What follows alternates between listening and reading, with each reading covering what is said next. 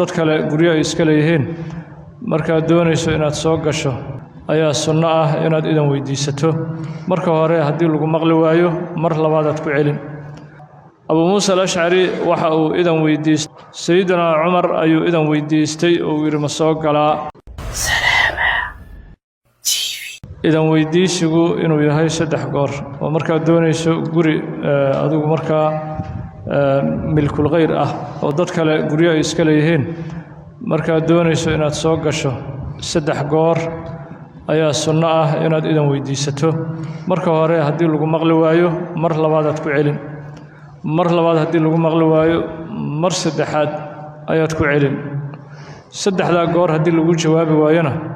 sida aadaabtu ay tahay waa inaad ka laabato gurigaas waa sida nabiga noo jideeyay sallallahu alayhi wasallam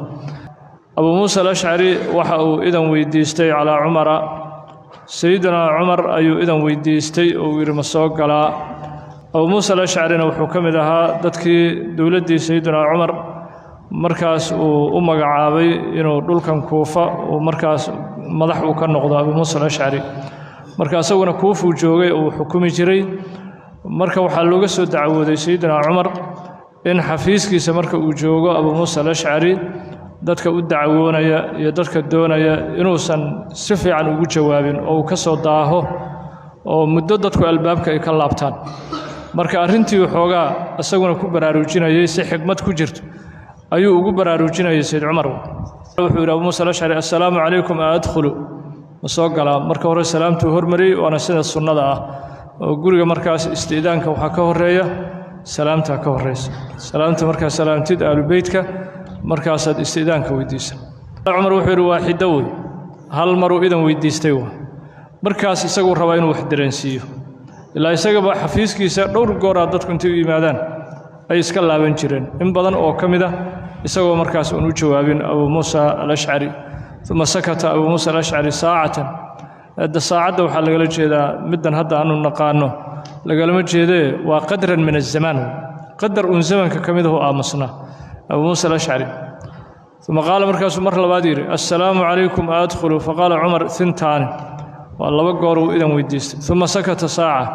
قدر زمن كمله هدنا أمصي أو موسى الأشعري فقالوا السلام عليكم أدخل فقال عمر 3 صدح قالوا يسيدان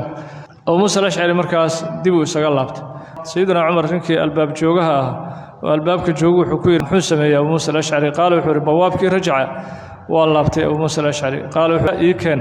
بها بموسى الأشعري دبوا سعري ويكن فلما جاء مركو يمد أبو موسى الأشعري هو سيدنا عمر مركو يمد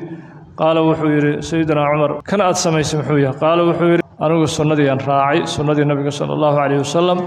سنة النبي وحياه سدح قور إن إذا ويديستو حديث سدح كبعدي لجوء قلام ويقولنا أما لجوء جواب ويونا تسكلابت قال سيدنا عمر وحوير السنة ما السنة راعي أي مركز سوير سيدنا عمر فقال وحوير يا عبد الله أو موسى الأشعري يقول كذا عبد الله يو وحا كوغو ادكاداي ميا البابكيغنا مدdo ku xabisnaato oo ila 3 goor aad ka dhawaaqdo oo ku jawaabin inta miya kugu adkaatay dadkuna sidaad u dhibsanayso ayaguna u dhibsanaya marka uu dareensiinayo sida albaabkeena taagnaato ay kugu cuslaato dadkana way ku culus tahay inay albaabkaaga muddo ay taagnaadaan ala anna umar araada wuxuu doonayay taadiibahu inuu edabsiyo Abu Musa al-Ash'ari oo waxa uga aamusnaaba inuu wax dareensiiyo oo dadku inay xuquuq leeyihiin sida adigu baad xaq u leedahay sida adigu baad u dhibsanayso